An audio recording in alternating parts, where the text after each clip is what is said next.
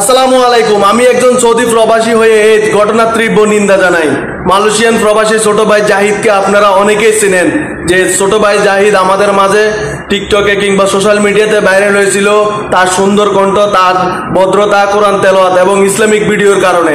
আপনারা জানেন বর্তমানে গ্যাজেটের আশরাফ ভাই তাকে মিথ্যা মামলা দিয়ে মালয়েশিয়াতে পুলিশ দিয়ে গ্রেপ্তার করেছে। মালয়েশিয়া সার্ভার সহ সকল বাংলাদেশি প্রবাসী ভাইদেরকে আপনাদের কাছে আমার একটা অনুরোধ থাকবে, আপনারা এই ঘটনাটার জন্য প্রতিবাদ করুন। কেননা একজন প্রবাসী হয়ে একজন বাংলাদেশি প্রবাসী হয়ে অন্য একজন বাংলাদেশি প্রবাসীকে মিথ্যা মামলা দিয়ে সে ফাঁসি দিয়েছে। আমরা এটার বিচার চাই এবং যে দূতাবাস রয়েছেন সেই দূতাবাসের দৃষ্টি আকর্ষণ করছি। এই ঘটনাটা আপনারা একটু দেখবেন যে কিভাবে একজন বাংলাদেশি প্রবাসী হয়ে আরেকজন বাংলাদেশি প্রবাসীর বিরুদ্ধে মিথ্যা মামলা দিয়ে, তাও আবার চুরির অপবাদ দিয়ে। আর আপনারা যারা আছেন প্রবাসীরা, আপনারা সবাই প্লিজ আশরাফ গ্যাজেটের সামনে, মোবাইল দোকানের সামনে গিয়ে ভিডিও করবেন এবং সবাই তাকে বয়কট করবেন। সে কিভাবে ব্যবসা করে আমরা সকল প্রবাসীরা দেখব। প্লিজ সবাই ভিডিওটা একটু শেয়ার করে দিবেন যেন একজন প্রবাসী পাশে আমরা দাঁড়াতে পারি।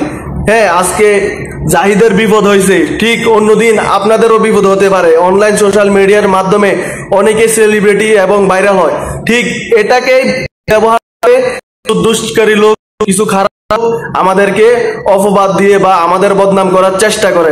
প্লিজ আপনারা এটা একটু রুখে দিবেন এবং জাহিদের জন্য দোয়া রইল। জাহিদ অতি শীঘ্র আমাদের মাঝে ফিরে আসবে এবং আশরাফের অতি শীঘ্র বিচার হবে, আমরা সেটাই কামনা করি।